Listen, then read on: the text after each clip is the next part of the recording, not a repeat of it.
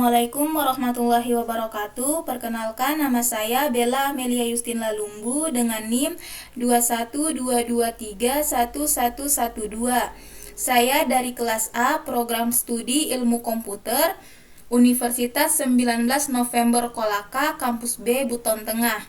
Baik, pada kesempatan kali ini saya akan melakukan presentasi terkait dengan PowerPoint yang telah saya buat dari mata kuliah Manajemen Proyek Perangkat Lunak. Yang pertama itu ada manajemen tata kelola proyek. Yang pertama, manajemen tata kelola proyek. Jadi, tata kelola proyek adalah kerangka kerja manajemen di mana keputusan proyek dibuat.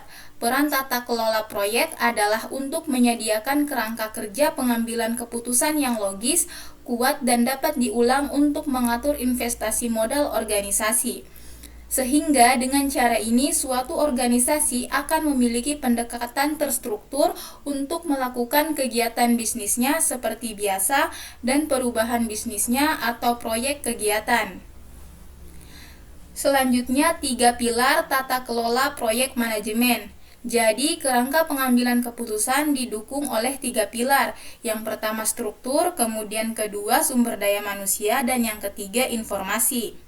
Berikutnya, prinsip tata kelola proyek. Yang pertama, pastikan satu titik pertanggungjawaban untuk keberhasilan proyek. Yang kedua, kepemilikan proyek terlepas dari kepemilikan aset, kepemilikan layanan, atau kelompok pemangku kepentingan lainnya. 3. Pastikan pemisahan manajemen pemangku kepentingan dan kegiatan pengambilan keputusan proyek. Dan terakhir, pastikan pemisahan tata kelola proyek dan struktur tata kelola organisasi. Fungsi tata kelola proyek. Fungsi utama dalam tata kelola proyek adalah peran pemilik modal. Sponsor proyek memiliki 3 bidang tanggung jawab utama, yaitu kepada dewan atau stakeholder, manajemen proyek, dan pemangku kepentingan proyek. Selanjutnya, elemen tata kelola proyek. Elemen tata kelola proyek terdapat: pertama, garis besar hubungan antara semua kelompok internal dan eksternal yang terlibat dalam proyek. Jelaskan aliran informasi yang tepat mengenai proyek ke semua pemangku kepentingan. Pastikan ulasan yang sesuai dari masalah yang dihadapi dalam setiap proyek. Pastikan bahwa persetujuan dan arahan yang diperlukan untuk proyek diperoleh pada setiap tahap proyek yang sesuai. Elemen spesifik penting dari tata kelola proyek yang baik itu meliputi: pertama, kasus bisnis yang meyakinkan, menyatakan objek proyek dan menentukan aspek dalam ruang dan di luar ruang lingkup. Mekanisme untuk menilai kepatuhan proyek yang telah selesai dengan tujuan aslinya. Identifikasi semua pemangku kepentingan dengan minat pada proyek. Metode komunikasi yang jelas untuk masing-masing pemangku kepentingan. Satu set persyaratan tingkat bisnis bagaimana disepakati oleh semua pemangku kepentingan. Spesifikasi yang disepakati untuk hasil proyek. Penunjukan manajer proyek, penugasan yang jelas atas peran dan tanggung jawab proyek, rencana proyek saat ini yang diterbitkan yang mencakup semua tahapan proyek mulai dari inisiasi proyek hingga pengembangan hingga transisi ke operasi.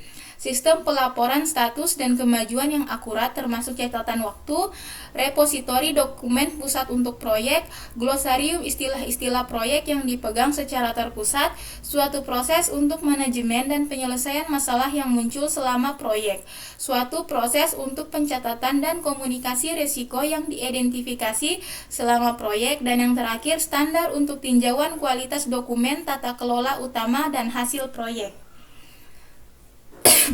Organisasi pada manajemen proyek. Organisasi dapat diartikan sebagai sebuah sistem yang terdiri dari sekelompok individu yang memiliki suatu hierarki sistematis dalam pembagian kerja, wewenang dan tanggung jawab tertentu, dan dengan memanfaatkan sumber daya materi maupun non-materi dalam rangka mencapai tujuan yang telah ditetapkan secara bersama-sama, struktural, dan sistematis. Kerangka model organisasi, kerangka struktural, kerangka sumber daya manusia, kerangka politis, kerangka simbolis, dan yang pertama ada bentuk organisasi. Organisasi proyek fungsional. Organisasi yang disusun dengan mengelompokkan orang-orang yang melakukan kegiatan serupa dalam departemen.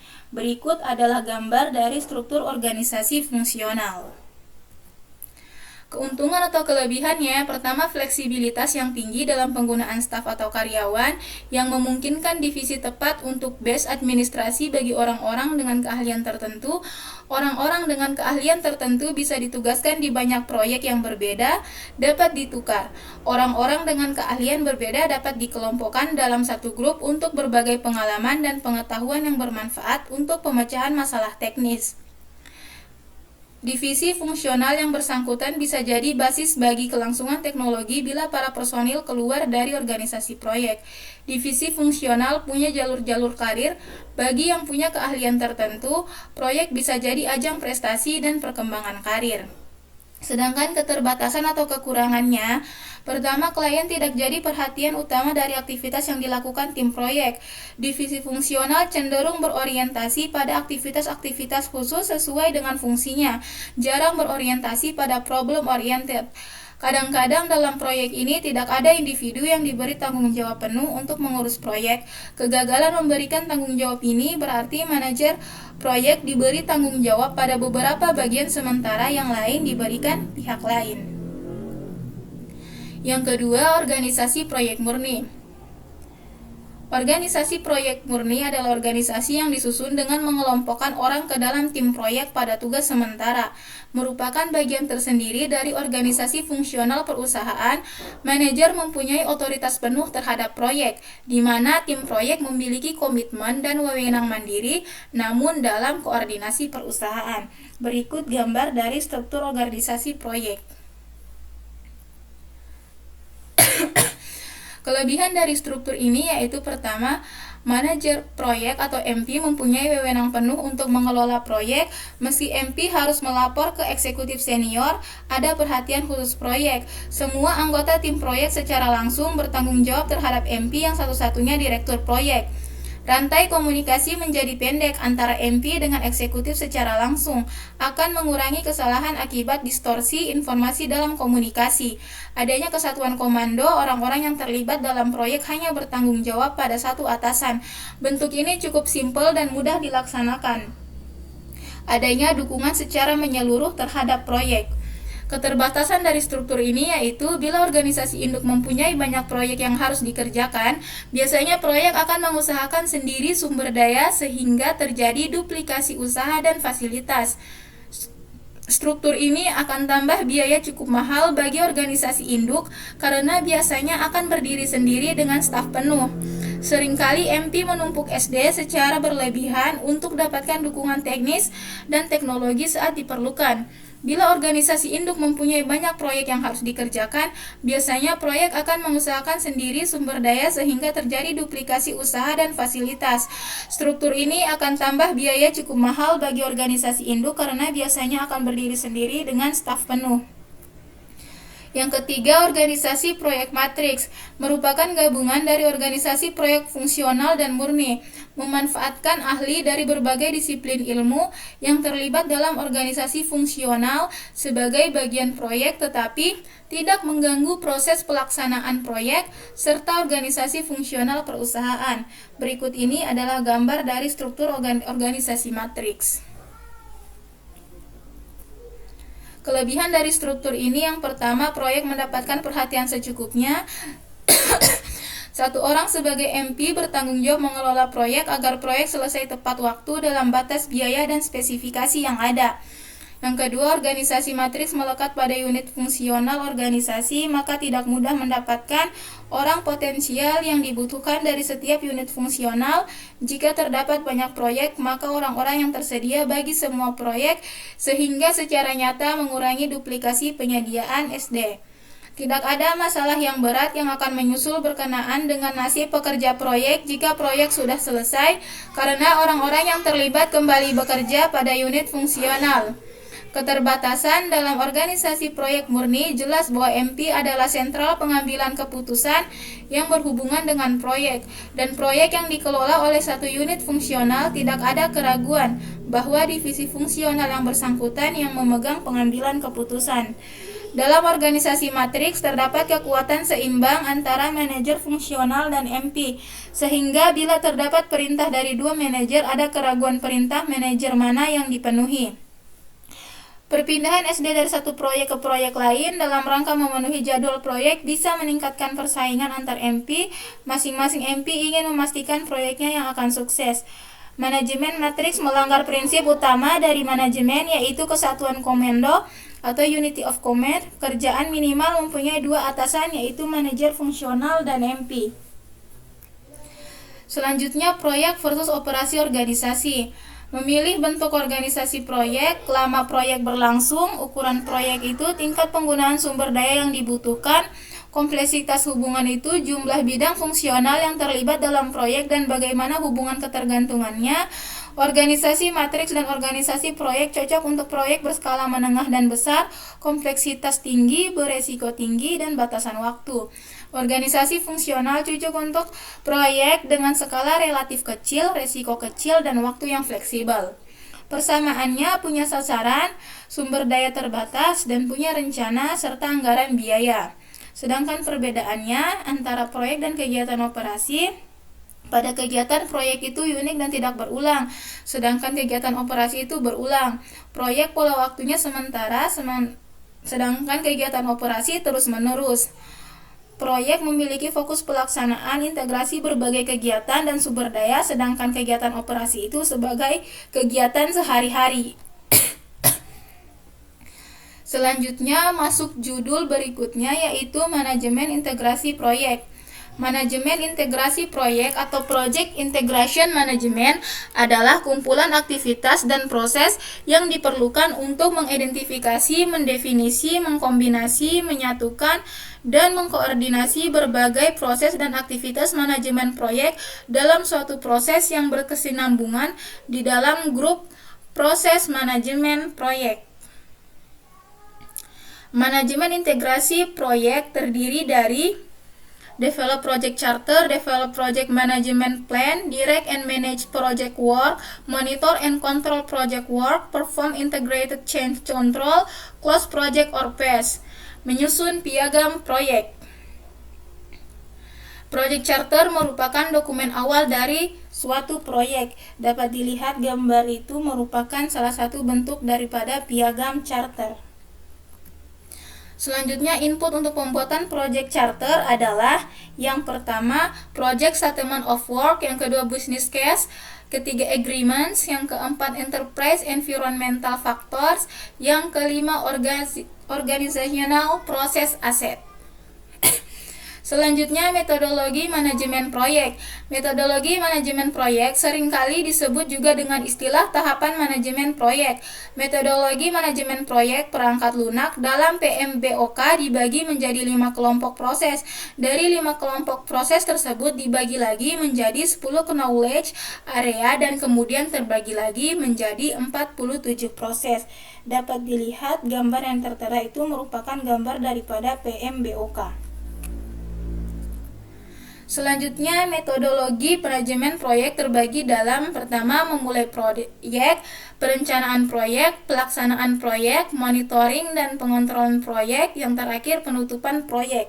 Berikut adalah gambar dari kelompok proses manajemen proyek. Memulai proyek atau project inisiasi. Inisiasi proyek adalah tahap awal suatu proyek dimulai. Tujuannya, pertama, menentukan tujuan proyek secara rinci, mengidentifikasi faktor-faktor penentu keberhasilan atau critical success factor untuk pelaksanaan proyek, menentukan ruang lingkup proyek, jadwal proyek, kebutuhan sumber daya proyek secara garis besar, asumsi proyek, serta batasan-batasan proyek sebagai acuan dalam membuat perencanaan manajemen proyek, menentukan kriteria keberhasilan proyek.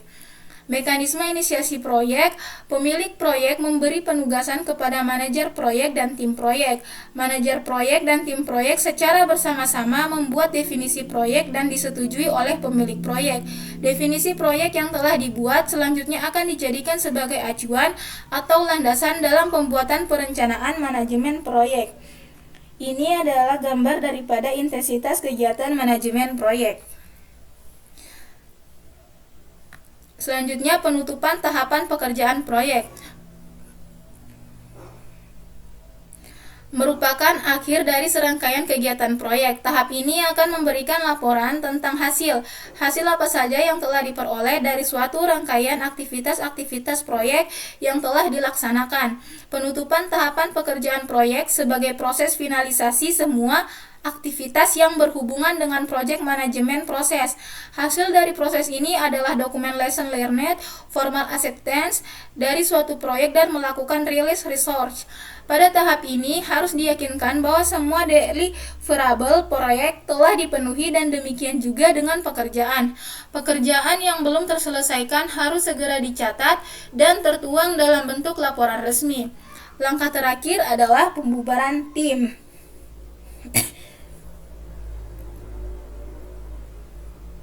Perencanaan proyek. Project Management Plan mendefinisikan bagaimana proyek akan berjalan, dimonitor, dikontrol, dan diselesaikan.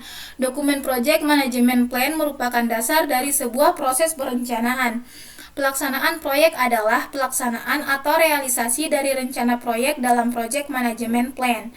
Monitoring pekerjaan proyek merupakan pemantauan terhadap kegiatan atau aktivitas-aktivitas suatu proyek sehingga diketahui sudah sesuai dengan yang telah ditentukan pada Project Management Plan atau belum. Dilakukan pengecekan terhadap estimasi dan rencana awal. Jika belum, maka tindakan apa yang harus dilakukan agar tujuan proyek bisa terpenuhi. Selanjutnya ada manajemen inisiasi proyek. Tahap awal proyek. Inisiasi proyek merupakan tahap awal atau tahap yang pertama kalinya suatu proyek dimulai. Proyek merupakan sekumpulan aktivitas yang saling berhubungan di mana ada titik awal dan titik akhir serta hasil tertentu. Berikut adalah gambar dari macam proyek. Tahap awal suatu proyek internal dimulai karena pertama, proyek sudah ada dalam rencana induk, pengembangan teknologi informasi, serta sistem informasi yang sudah sampai pada saat pelaksanaannya.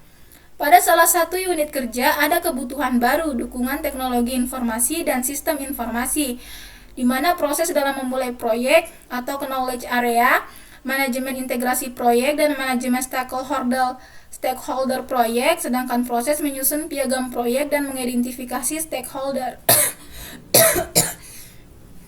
Selanjutnya ada proposal, merupakan rangkaian kegiatan dalam proyek perangkat lunak diawali dengan lahirnya suatu gagasan yang muncul dari adanya kebutuhan.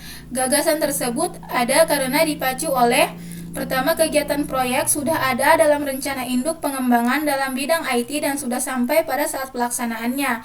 Pada salah satu unit kerja ada kebutuhan baru yang didukung oleh TI. Dalam proposal mendefinisikan apa yang akan dilakukan, kebutuhan bisnis apa yang akan dipenuhi, bagaimana hasil proyek akan mendukung strategi. Business case. Business case adalah sebuah dokumen yang memuat alasan sebuah proyek perlu dilaksanakan. Dalam business case akan terlihatkan manfaat produk proyek setelah jangka waktu tertentu. Business case menjadi dasar pertimbangan diterimanya atau ditolaknya sebuah proyek untuk dilaksanakan. Jenis proposal. Proposal adalah usulan resmi untuk mengajukan pembangunan proyek TI dalam memenuhi kebutuhan unit kerja dalam menjalankan fungsinya, mendukung tercapainya tujuan organisasi. Contoh template-nya proposal internal, kemudian proposal eksternal adalah proposal atau usulan kegiatan yang diajukan untuk kegiatan proyek dari instansi lain. Untuk mengajukan proposal tersebut ada beberapa tahapan yang dilalui. Tahapan tersebut seperti berikut. Ini merupakan tahapan proposal eksternal. Selanjutnya dokumen terkait pengadaan atau KAK atau kerangka acuan kerja atau sama dengan TOR, Terms of Referensi, kemudian RKS atau rencana kerja dan syarat, dan ketiga HPS atau harga perkiraan sendiri.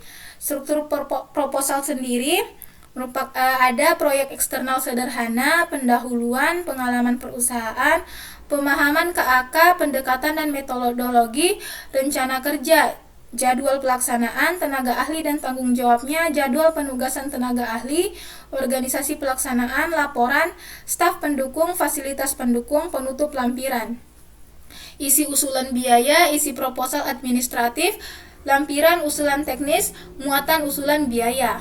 Project Charter atau piagam proyek adalah dokumen yang secara resmi menyatakan kewenangan sebuah proyek.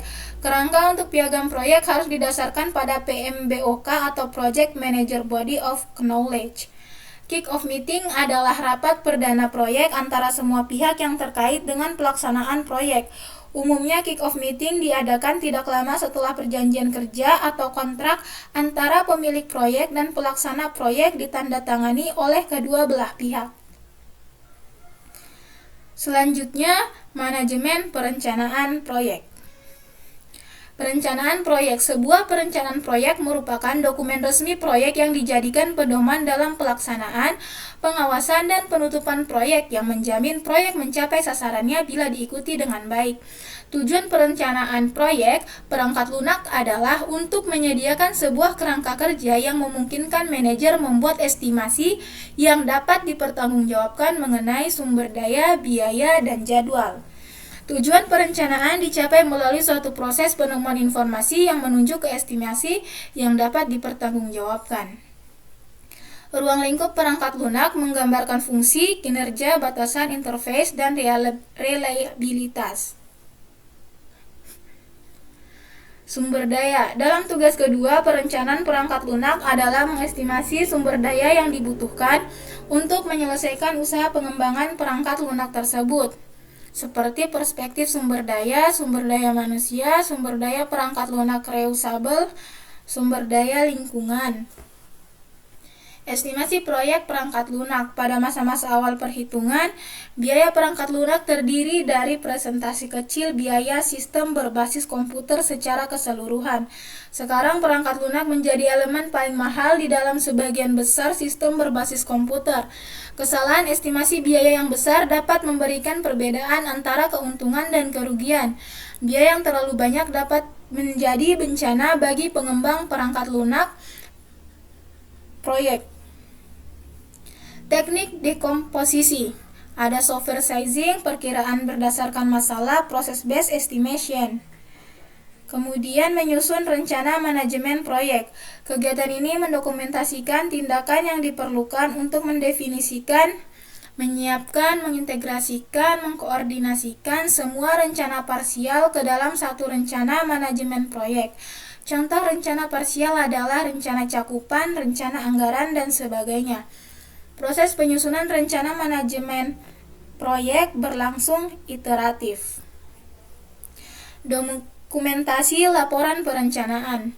Pertama, perencana proyek perangkat lunak harus memperkirakan 3 hal sebelum proyek dimulai: berapa lama waktu yang dibutuhkan, berapa banyak usaha yang akan diperlukan, berapa banyak orang yang akan terlibat. Selain itu, perencana harus memprediksi sumber daya atau hardware dan software yang akan diperlukan dan resiko yang terlibat. Selanjutnya, isi pendahuluan, isi organisasi proyek, isi proses material, isi proses teknik, isi paket kerja, jadwal, dan anggaran. Baik, mungkin cukup sekian yang dapat saya sampaikan terkait materi yang telah saya buat. Saya mohon maaf atas segala kekurangan. Saya akhiri. Wassalamualaikum warahmatullahi wabarakatuh.